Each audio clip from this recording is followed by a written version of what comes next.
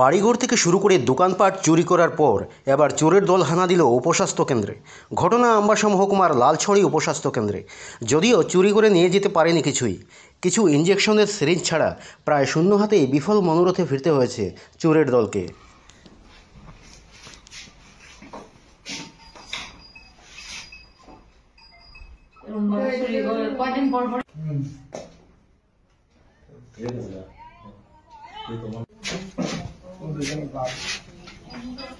এক্ষুনি আমরা এখানে দেখতেছি যে খাতাপত্র কিছু কিছু উল্টাপাল্টা আছে।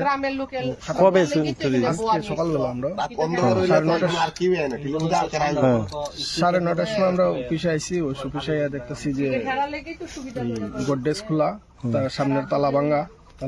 তো আমরা ঢুকে দেখতেছি যে এখানে মাঝে গোডরেজ টোডরেজের মাঝে অনেক ফাইলপত্র নাই, খাতাপত্র নাই, প্লাস বিপি মেশিন টিশিন সবকিছু আওলা জল হয়ে রয়েছে, মেডিসিন আওলা জল হয়ে রয়েছে সবকিছু। কোনটা নাই একুরেট কইতে পারছি না। সামনের একদম সামনের মেইন গ্রিলের তালাটা। আচ্ছা, তো এক্ষুনি কি নাই কইতে পারতাছি না। যদি আমরা কোনটা এটা ওয়েস্ট লালচুরি সাব সেন্টার। আচ্ছা, এর আগেও কিছু রয়েছে? আগেও 3-4 বার চুরি হয়েছে।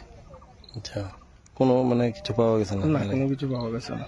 ওই এরকম ওই মেডিসিন টিডিসিন দেয়, খাতাপত্র নষ্ট করে। আর গ্লাস টাচও ভাঙছে, সামনের জ্বালানার গ্লাস টাচ, পেছনের জ্বালানার গ্লাস টাচও ভাঙছে।